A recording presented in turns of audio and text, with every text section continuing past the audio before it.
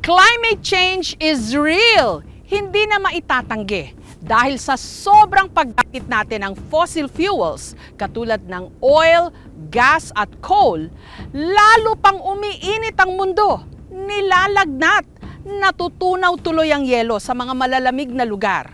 Resulta, tumataas ang level ng tubig sa ating mga karagatan. Ang dati mga litaw, lubog ngayon, katulad ng ilang mga isla dito sa lalawigan ng Bohol. May eksaktong 7,641 na mga isla ang Pilipinas. Pero ang nakababahala, ang bilang na yan, nanganganib ng mabawasan.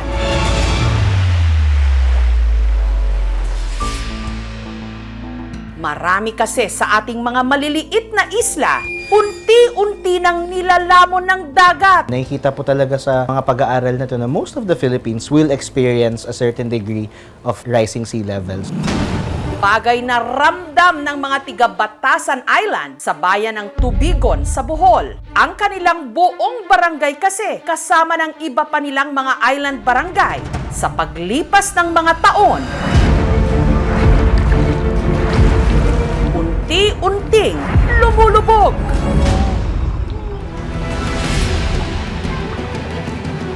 Magandang bahay yan dati. May aircon yan. Nung lumindol, Ah, bumaba diba, yung lupa hanggang napunta na sa tubig. Ganun ba yun? Wala na, lumagpas na, pumasok na sa bota. Waipek ang bota rito kasi may mga parts na mataas yung level ng tubig. Hindi lang mismong lupa ang nalulubog sa sitwasyong ito, kundi pati na ang kanilang mga tirahan, kabuhayan at mga pangarap. Ay, Diyos ko, ang lalim. Yung sa kinder at saka grade 5, compared dito, mas mababaw yun. Ito malalim. Nililis-lis na lang ng mga bata yung mga shorts nila. Kasi naabot ng tubig, pati yung, yung upuan. Nakasquat na siya sa chair niya. Kasi naabot pa rin yung tubig. Sabi mo, tinitiis dahil? Gusto ko pang magtapos ng pag-aaral. Sa pandaigdigang banta ng nagbabagong klima, gaano nga ba kahanda ang Pilipinas? Yung mga communities like Batasan, naiipit sila. Saan ba talaga tayo lulugar? Kaninong kasalanan ba yun? Narito po tayo sa bayan ng Tubigon sa Bohol. Meron po itong 6 na island barangays at ang nakababahala po riyan, 4 sa 6 na mga isla lumulubog, nanganganib, mabura. Nitong Huwebes, kung kailan inasahang magkaka-high tide sa Batasan Island, tinungo ko ang isla. So ayan na po yung isla ng Batasan dito sa Tubigon. Sa malayuan, dito sa kinaroroonan na natin, makikita mo na yung itsura ng isla. Medyo at high risk na siya kasi wala halos elevation. In fact, below sea level daw yung elevation ng isla eh. Ayan na yung pumapasok na yung tubig na. Dumating kami doon 10 minuto bago mag-alas 10 ng umaga. Pero mataas na ang tubig. Mas maaga pa kesa sa inasahan na high tide ng pasado alas 11 ng umaga. Kung titignan sa aerial map ang Batasan Island na siya raw pinakaapektadong barangay sa Tubigon, kapansin-pansing manipis na landmass na lang ang natira. Bagay na pinangangambahan ngayon ng halos 1,000 ritong mga residente. Naku, may paganyan pa ho kayo. Salamat po. Uy, meron pa silang welcome poster. Thank you, bossing. Ginawa mo yan? Salamat ha, salamat. Gaya ng iba pang island barangays ng Tubigon, pangingisda ang kabuhayan ng mga tiga-Batasan Island. Katunayan, kamangha-mangha ang ganda ng kanilang bakawan. Kung ita-timeline daw po yung nangyaring sakuna dito sa Isla Batasan, itong bahay na ito ang magsisilbing marker. Kasi itong bahay na ito dati, sabi ho nila, napakaganda. Umaalog nga. Umaalog! Anytime po. Umaalog! Umaalog pa siya, may aftershocks ba yun? Kaso, nung lumindol dito sa probinsya ng Bohol, taong 2013, napansin na lang nila, bumaba ng husto yung level ng lupa na kinatitirikan ng bahay hanggang umabot na siya dun sa level ng dagat. Ngayon, pag titingnan mo, para na siyang nilamon ng dagat.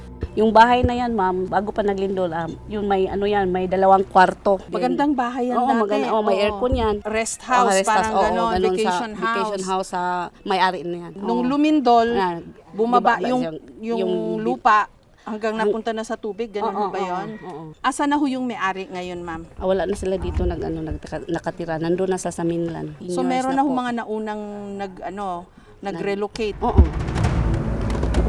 Parang yung mga bahay ho dito, parang yung mga house on stilts na nakikita lang natin nung dati sa Tawi-Tawi, yung ibang mga mabababang lugar. Hindi naman ho ganito dati dito. Oo. Gaano ho kalayo yung dagat dati? Hindi ho pumapasok dito yung dagat? Hindi, hanggang sa ano lang, sa likod lang sa bahay na. Wala na, lumagpas na, pumasok na sa bota. Mabigat na yung bota ko dahil napuno na ng tubig. Waipek ang bota rito kasi may mga parts na mataas yung level ng tubig. So, isa lang solusyon dyan. Tigilan na ang pagbobota. Sa mahigit isang dekada ng ganito ang sitwasyon ng Batasan Island, ang mga residente sanay na raw sa mayat mayang pagtaas ng level ng tubig. Ganito ho ba araw-araw o hindi naman po? After 1 week, maano naman, low tide na naman. Then next week, Sa may laktaw-laktaw naman na isang linggo.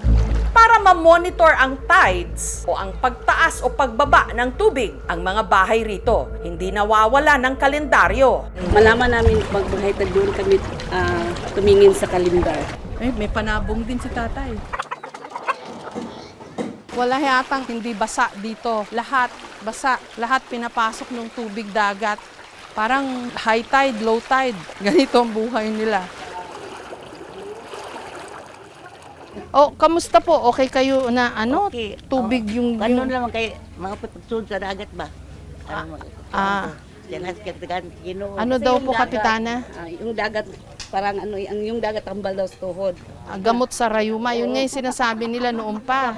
Lola, marumi eh. Oh, halo-halo na yung mga basura. At dahil wala silang malalaking mga bato para pangharang sa tubig mula sa dagat, ang gamit nila, tumpok-tumpok na corals na nakasisira rin sa kanilang karagatan. Dahil sa corals na mumuhay at nangingitlog ang mga isda, apektado tuloy pati ang kanilang kabuhayan. Para naman hindi makapasok sa kanilang mga bahay ang mga basura galing sa dagat, naglalagay sila ng lambat. Lola, ibang klase yan na. Nagwawalis kayo sa tubig. Oo. Kailangan linisin. Kahit papaano, ano.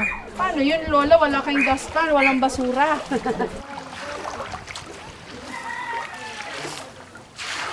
Ay, ba't nagwawalis din sila, oh? Uso ko talaga magwalis din sa ano. Nakala ko yung lola dun kanina, kakaiba. Yung pala, common practice, winawalis pa rin nila yung tubig. Para ano, hindi pumasok yung dumi. Oo. Eh kaso babalik din po. Dapat kolektahin na lang po. Lalo na yung plastic. Ano yan? Nangunguli kayo ng isda o basura? Basura po. Basura. Marami-rami pa ko kayong hahakutin. Kasi pag winawalis, babalik mamaya-maya. Lubog ang kanilang basketball court, pero ang mga residente tuloy pa rin sa paglalaro. Ang kalsada, instant swimming pool. Sa tubig, may mga isda. Sa kalsada at ahas tubig na kung tawagin dito, tangkig. Hindi to makapatay ng tao. Hindi katulad sa tigwaw. Gumagawa ng bahay. Kamusta ho kayo dyan? Ay, yung bahay nyo dati, lumubog. So, nagpapagawa kayo ng bago? Nag-uutang. Nangungutang ang papagawa ng bahay. Magkano ang inutang nila? utang 840. 2 floors na po yung bahay nyo. Ito lang. Isa ito lang. Eh, hindi na ho abutin ng tubig yan. Hindi na siguro. Yan na lang, hanggang dyan.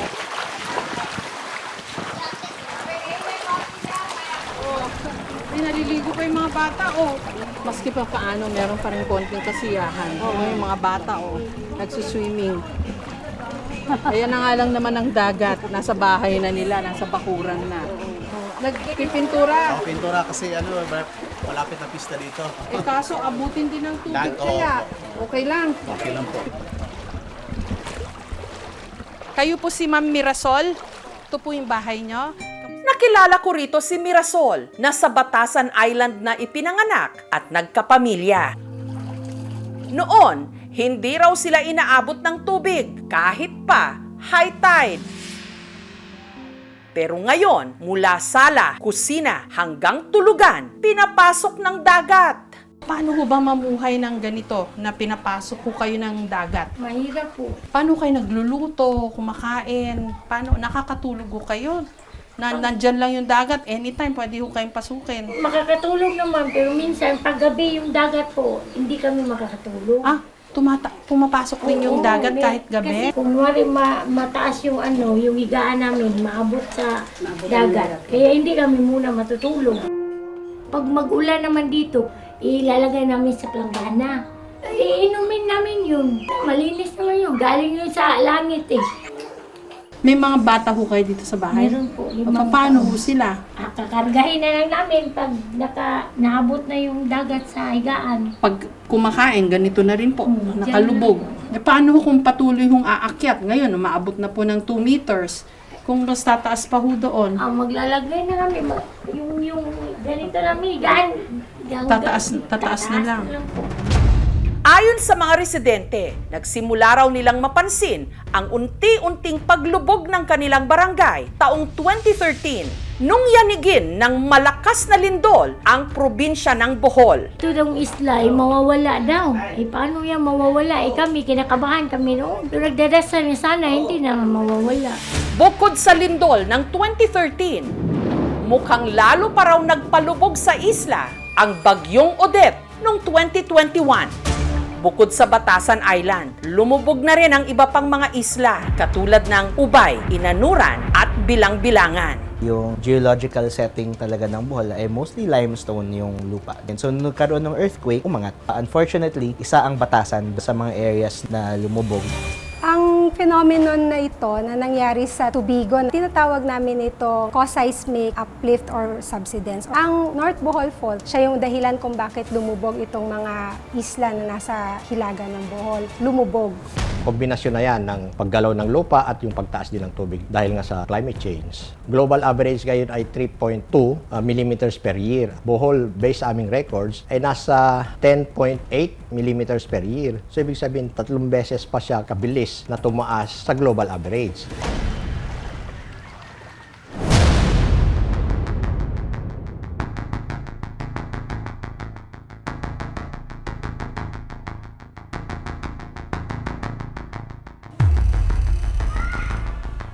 Ang tanong, paano kaya nakakapag-aral yung mga bata?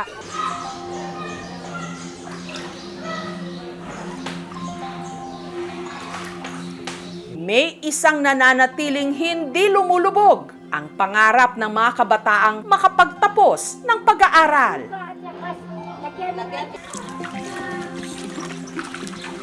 Hello! Good morning!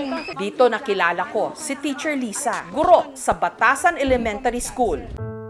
Ang buong eskwelahan, lubog sa tubig. Ma'am Lisa, paano kayo nakapagturo sa ganitong sitwasyon? Talagang nadidistract yung mga bata, hindi nakinig. Ang hirap magturo. Yes, ma'am. Sa ibang mga classroom, ang mga gamit nagsisilutangan na.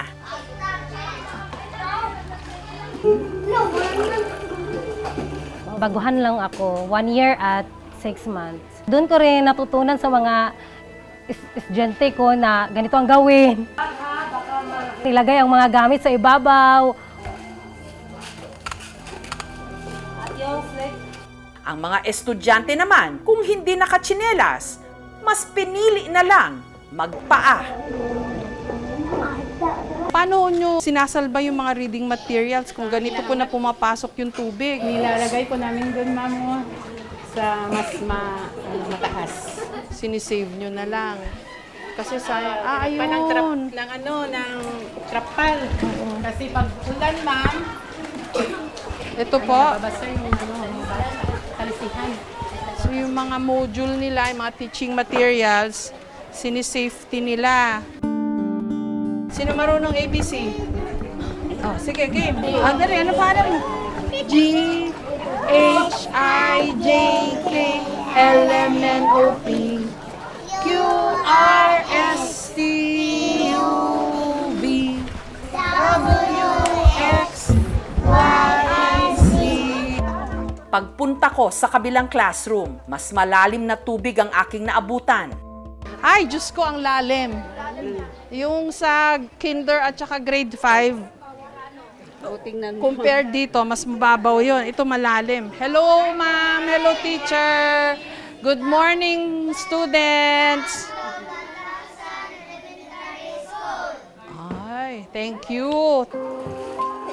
Tignan mo, nililis-lis na lang ng mga bata yung mga shorts nila. Kasi naabot ng tubig pati yung yung upuan. Tignan mo, tinataas na niya yung palda niya kasi nga naabutan ng tubig. Nakaano na rin, hindi na siya umuupo sa upuan niya. Paano ba mag-aral sa ganito na nakalubog kayo sa sa tubig? Nasanay na raw. Gusto mo lumipat ng school na hindi binabaha? Ayoko po. Walang magkuhan doon. Walang magbantay sa akin. Hindi safety sa mga bata pero wala tayong magawa kapag ganito talaga high tide, laban lang. Kahit mahirap ang kanilang kalagayan, hindi pa rin sila tigil sa kanilang pag-aral dahil ang pag-aral ay isa sa mga susi para sila ay magtagumpay, para maihahon sila sa ganitong sitwasyon. Palagi kaming humihiling na sana ma-elevated na ito. Pero kahit palubog sa tubig ang silya ng mga estudyante, nangingibabaw pa rin ang dedikasyon nilang makapag-aral sa pag-asang edukasyon ang mag-aahon sa kanila.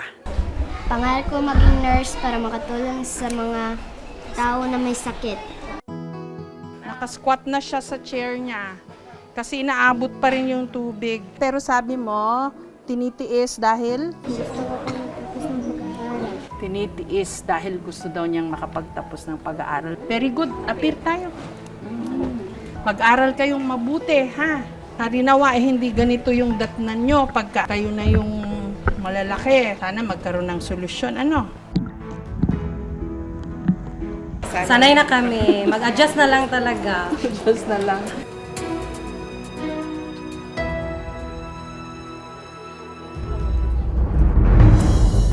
Ang ganitong kaso ng mga lumulubog na isla, hindi lang sa Bohol nangyayari, kundi pati na sa iba't ibang panig ng Pilipinas. Kabilang na ang ilang bahagi ng Bulacan, Mindoro, Rojas City sa Capiz, at sa Cotabato City.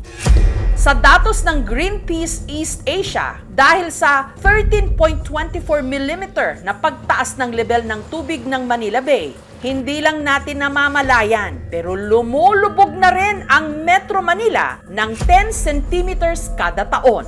May isang release na bagong report ang isang insurer sa Europe. Ang Pilipinas ang pinaka-vulnerable sa climate change with almost 3% ng GDP na nawawala every year because of climate impact. May report kami that showed na by 2030, napakataas ng chance na mas madali nang mapasukan ng tubig ang Manila dahil sa sea level rise na yun. Simula taong 1880, tinatayang umabot na ng 21 hanggang 24 centimeters ang itinaas ng dagat o sea level sa buong mundo. Ayon sa National Aeronautics and Space Administration ng Amerika, tumataas ang dagat sa buong mundo ng 3.4 millimeters kada taon. Katunayan, pati ang kapitbahay nating Indonesia na archipelago rin katulad ng Pilipinas, nakatakdang ilipat na ang kanilang kapitolyo mula Jakarta sa Nusantara sa Borneo dahil sa unti-unti ring paglubog ng kanilang kabisera. Normal ang proseso ng pagbago ng klima pero nakikita natin na dahil sa mga ginagawa ng mga tao, na-accelerate nito ang climate change in historical levels. Isa pa sa mga indikasyon na malala na talaga ang mga epekto ng climate change, ang global warming na ayon sa mga eksperto, maaari na ngang ituring ngayon na global boiling dahil sa pagtaas ng temperatura ng mundo. Kaya nga rin daw napakainit ngayong tag-init dito sa Pilipinas. May kalalabas lang na isang report that showed na yung April temperatures are the highest in recorded history. 1.58 degrees higher than pre-industrial average na yung average temperature ng April. Trailer lang to. Ano yung mangyayari sa Pilipinas? Magiging mas unpredictable yung mga wet seasons natin, pero yung pinaka-glaring talaga doon, no? Kapag nag-continue tayo sa kung paano natin pinapatakbo ang mga business natin on fossil fuels at hindi bumaba yung carbon emissions natin, we're looking at 365 days of extreme heat buong taon. Ganong kalala. Everything will get worse before it gets better pa rin. Kaya kailangang maging mas urgent po talaga ang panawagan para maging accountable ang mga carbon majors natin sa ginagawa nila sa mundo ngayon. Matagal na raw naabisuhan ng mga taga rito at paulit-ulit pa na panahon na para lisanin nila ang isla dahil lubhang napakadelikado. Hindi na mapipigilan ang mga puwersa ng kalikasan, ika nga. Pero para sa mga taga rito, madaling sabihin yan. Mahirap gawin. Dahil dito sila ipinanganak, nagkapamilya, naghanap buhay, at narito rin ang kanilang mga ninuno. Dito na sila nagkaugat. Ang Department of Environment and Natural Resources matagal nang idineklarang unhabitable o hindi na pwedeng tirhan ng tao ang Batasan Island. Wala talagang pag-asa na ma-save yung isla. As of now, wala pa, ma'am. Dahil Nag-submerge na talaga siya. sa part naman ng disaster response, ano nakikita nyong immediate action dapat? Dinideclare na yung mga islands na no-build zone. In-encourage talaga namin sila na mag-relocate. Hindi kaya pag-funds ng LGU. Fortunately, meron kaming grant from the National Housing Authority worth 50 million. Okay. And it's going to be 60 unit for each family. So lahat ng families Hindi lahat, nun? ma'am. Hindi. Ilan ba ang families? So 60 lang yun, 60. Pero yung Family. affected is like 300. Pero nung tanungin ko ang mga residente ng isla kung handa ba silang lumipat ng tirahan, marami sa kanila nagsabing dito sila isinilang, dito na rin daw mamamatay. Dito na lang kami tumira. Wala kaming lupa sa mainland. Wala kayong matitirhan sa mainland. Yung iba daw kahit bigyan, ayaw pa rin umalis. Kayo, gusto nyo na umalis? Hindi, ma'am. Nahirapan kayo pero ayaw nyo pa umalis. Kasi dito ang mga matanda natin, mga magulang namin dito nakatira habang sila'y namamatay. Bakit ayaw nyo umalis kahit ganito ho yung sitwasyon? Sanay naman kami, mama. Nya, kasi ang hanap buhay namin nandito naman sa isla. Hindi man kami marunong mag-uma sa mainland. Mas mabuti kung mayroon naming bahay sa mainland. Kapag mayroon ng dumating na bagyo, mayroon na kaming puntahan doon. Katong may pira lang, makabili ng lupa. Pero katulad namin na walang ipagbili, dito lang. Ayaw nila. Ayaw nila. Medyo syempre may sentimental hold sa kanila yung island. Generation to generation na yung kabuhayan nila doon eh. Kaya ang sentimento nila na talagang hindi talaga mo mapapadali silang ma-relocate kasi nandoon na yung mga apo na, tapos apo ng apo. Totoo may magagawa tayo, no? So may tinatawag tayong Paris Agreement, no? Ito yung isa sa mga pinakamalaking agreements between governments around the world. Nagko-commit to cut down carbon emissions. On the other hand, yung problema din is habang nagka-cut down ng emissions, yung mga companies, sila yung ayaw magbago. So, kailangan suportahan, palawakin palalo ang panawagan nating panagutin ang mga carbon majors. It's a phenomenon, baka wala tayong magagawa. It's only a matter of adaptation siguro ng mga residente doon. Yung mga communities like Batasan, naiipit sila. Ang panawagan talaga ngayon is kailangan nating suportahan ng napakalaking paraan ang mga communities na to dahil ang pinaglalaban ng mga communities na to ay ang kinabukasan din natin. Para mapigil ang global warming o ang patuloy na pag-init ng temperatura ng mundo, kailangang bawasan ang paggamit ng mga fossil fuel. Ang problema, tumatanggi rito ang mga malalaki at mayayamang bansa, samantalang ang mga maliliit at hindi mayamang mga bansa, katulad ng Pilipinas, ang mas vulnerable sa mga sakuna, bunsod ng climate change, katulad ng mas malakas pang mga bagyo. Pag-usapan ang problema, seryosohin para hindi malubog.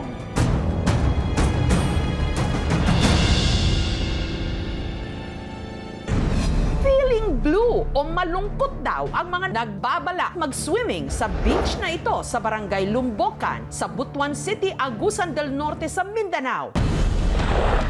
Kamakailan lang kasi ang kanilang dagat sinakop ng sangkatutak na mga dikya. Jellyfish attack. Nagdagsaan doon. Natatakot na kaming maligo kasi makati sa katawan. Pero ang mas ikinamangha ng mga residente, ang mga dikya, hindi yung mga madalas nilang nakikita na itim o hindi kaya colorless, kundi kulay blue. Bigi kadaghan. Sa naman yung lumbukan. Kato nga time, naglaglaag ako, tapos tingala ko kay daghay kayo blue jellyfish. Attack of the blue jellyfish. Ang mga jellyfish o dikya ng Butuan City sa Agusan del Norte sa Mindanao, cute na cute! Kumpul-kumpul kasi at blue na blue. Pero alerto pa rin dahil ang mga ito, makate. Ayon kay Parley, ang tawag nila sa kanilang lugar sa ganitong mga jellyfish, bungkatol. Nagulat talaga kami kasi marami. Dati nakakita na ako ng blue jellyfish dati pero hindi ganyan karami. Nasa 16 centimeters ang laki nito, parang payong ang ulo na nag-i-illuminate o parang umiilaw sa ilalim ng tubig. Ang nagbibigay kulay sa jellyfish ay ang symbiotic na algae na tinatawag na zooxanthellae. Itong algae na to ay nagbibigay ng kulay at pagkain na rin sa mga jellyfish. Ang blue jellyfish na nakita doon sa Lumbukan ay Acrometoides purpurus. Meron din siyang sting, pero mild lang po yon. Bagamat nakahahalina ang itsura, huwag magpapaloko! Medyo nakaka-apekto sa mahilig maligo ng dagat. Sa swimming pool na lang muna. Ang mga galamay kasi ng bungkatol o Acrometoides purpurus nagtataglay ng toxins o lason na kapag dumikit sa ating balat, maaaring magdulot ng pamamaga at pangangati. Ang mga jellyfish ay merong nematocysts or stinging cells. Ito ay ginagamit nila to stun, capture, and eventually eat their prey. Pwede itong magdulot ng allergic reaction. Si Cindy, sa takot na madikit dito ang dalawa niyang anak kapag naliligo sa dagat. Kumuha ko ng stick, kinahig ko siya papuntang buhangin para po tabunan ng basura. Pero nadulas yung stick, yung basang galamay po ng jellyfish, malsik po sa mata ko. Parang nilagyan po ng sili yung mata ko, napakahapde, masakit siyang ipikit. agad nilapatan ni Cindy ng first aid o paunang lunas ang kaliwa niyang mata. Nilagyan ko po ng cold compress. Pagka-uwi ko, doon ko na po hinugasan ng tubig. 2 araw na namaga ang mata ni Cindy. Parang tinutusok-tusok. Nung mga 3 araw, nawala din naman, kaya di na po ako nagpa-doktor. Kung mayroong nakadikit na kaunti sa mata nun, dapat talaga salt water yung ipanghuhugas. Pag nahugasan na completely, 30 seconds to 1 minute mong babanlawan yon, dalhin agad sa ospital. Ang mangingisdang si Jonas, naperwisyo raw ang kabuhayan dahil sa pagdagsa ng mga bungkatol. Hindi na sila makapagladad ng lambat nila kasi marami kasing jellyfish. Pag bira nila, jellyfish yung makuha. Sobrang dami, ang lawak dito.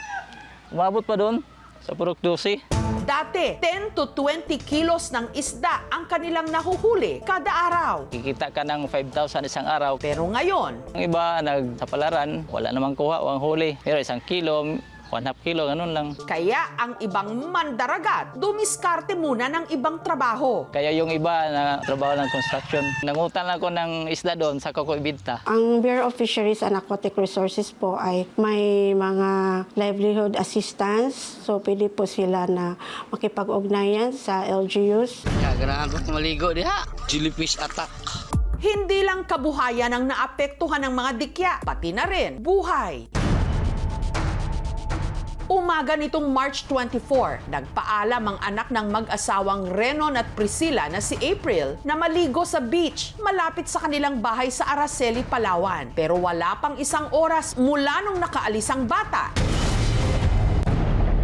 Tinawagan na lang kami rito sa bahay bigla na nadisgrasya na nga yung anak ko. Ang kaliwang braso ni April nadali ng dikya na kung tawagin sa labay. Hindi gaya ng blue jellyfish ng Butuan, puti ang ulo nito at kulay brown ang mga galamay. Sa Ingles, kilala itong box jellyfish, isa sa pinakadelikadong uri ng jellyfish. Yung kasama niyang naiwan doon sa dagat, yun yung naghila sa kanya papunta sa dalampasigan. Usually, ang first aid na pwedeng gawin, buhusan ng acetic acid or vinegar for 30 seconds para sa agarang pagbitaw ng tentacles nito. O kaya naman, i-immerse sa mainit na tubig na hindi nakakapaso.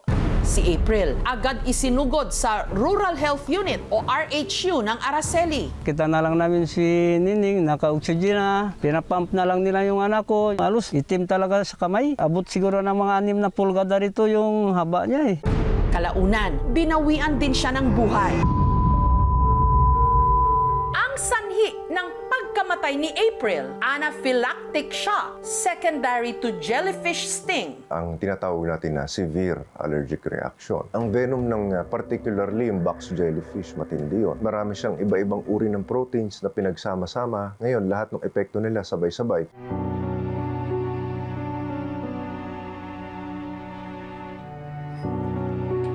Nay, Joy, masaya ka na ngayon. Kung saan ka man naroroon. Kung saan naman ngayon yung anak ko, yung isa na nasa maayos naman yung kinalalagyan niya ngayon.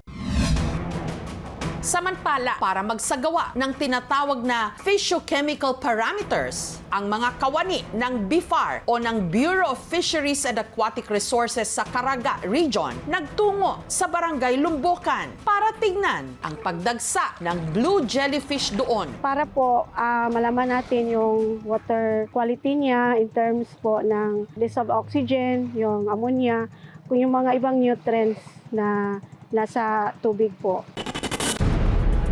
Maaring dahilan yung mainit talaga na temperature natin ngayon. Yung previous na weeks, yung heat index po natin ay mabot ng 40 to 42. Based sa biology ng jellyfish, favorable talaga niya yung mainit na temperature. Isang indicator din na pag lumabas ang mga jellyfish, wala masyadong predator na kumakain sa kanila. Mahirap talaga ma-address yung climate change para maibalik yung balance sa ecosystem natin. Kailangan talaga ang fisheries management.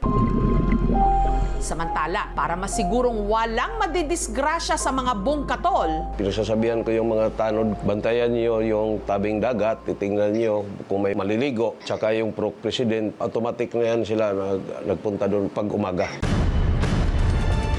sa mga hahabol pa sa outing, mag-ingat pa rin sa mga dikya. Wala man daw kasi silang mga utak kapag dumampi sila sa ating mga balat. Ang posibleng pinsalang dulot nila para na rin nila tayong nautakan. Thank you so much mga kapuso. Kung nagustuhan niyo po ang videong ito, subscribe na sa GMA Public Affairs YouTube channel. Don't forget to hit the bell button for our latest updates.